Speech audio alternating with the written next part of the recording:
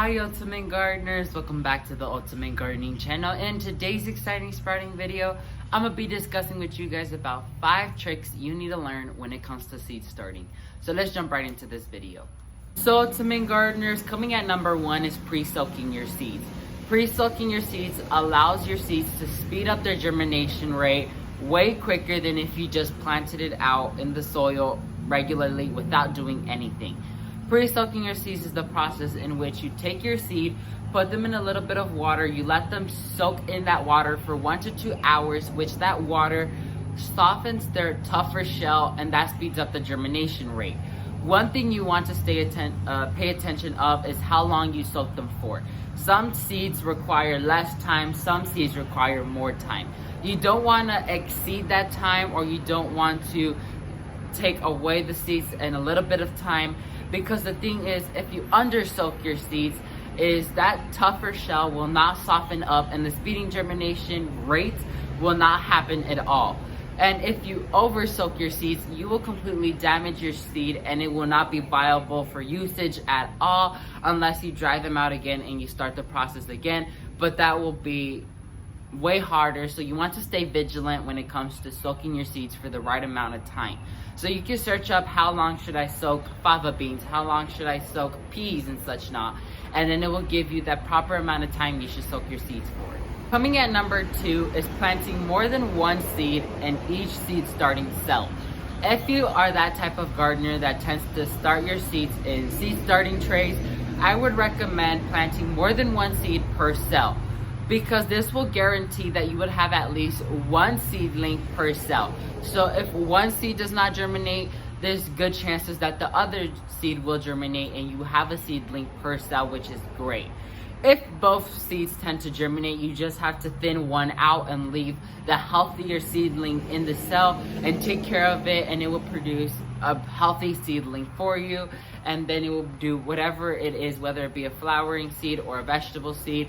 So it will guarantee that you have a seedling per cell in that seed starting tray. So yeah. Coming at number 3 is you want to acclimate your seedlings. When it comes to seed starting, usually we tend to put them underneath shade, so when they tend to sprout, the sun doesn't burn them out. So you want to acclimate them slowly by slowly every day to a little bit of sun. So for the first day, you could give them a little bit of sun, bring them back to the shade, put them in on the second day 2 hours, on the third day 3 hours, and such not, until they're able to withstand full sun if they're a full sun loving vegetable or if they're a full sun loving flower. Because this will actually make your plant build a better plant base and build more healthier roots and build a more healthier stem, and it will make the plant even sturdier than if you would just throw them out in the sun without acclimating them slowly by slowly. And number 4 is pinching your seedlings. This is a process in which when you have a seedling, whether it be a pepper plant, a bush bean plant, Cosmo Marigold, doesn't matter what it is, if you have a bush type plant, you want to pinch your seedling, which you just take the top off the seedling and you just leave the first true leaves and a little bit of stem, and that will create a bushier plant, which means a healthier plant, a sturdier plant, and which means it will produce either more flowers or more peppers. My neighbor actually planted some pepper seeds and I recommended pinching her pepper seeds, and you should look at how her pepper seeds look right now. So that's the outcome of pinching your seedlings. Look how many peppers my neighbor has. Great production, so many peppers, and it builds a sturdier plant and bushier plant. So that's the outcome of pinching your seedlings.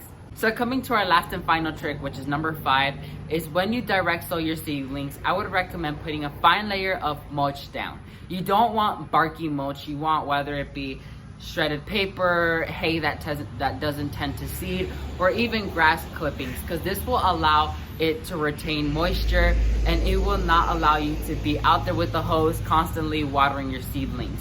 So that one layer of mulch, that fine layer, will keep water in there and moisture, so it will have your plant some type of water supply to draw from without you taking a hose out there and watering your seedlings every day when they tend to wilt.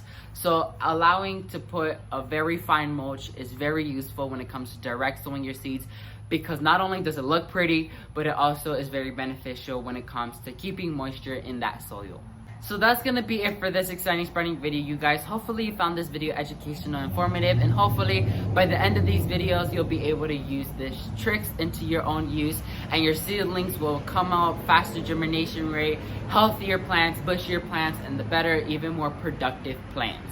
So thank you all so much for watching this video, and may God bless you and your family, and never forget to grow big, ultimate gardeners. Bye guys.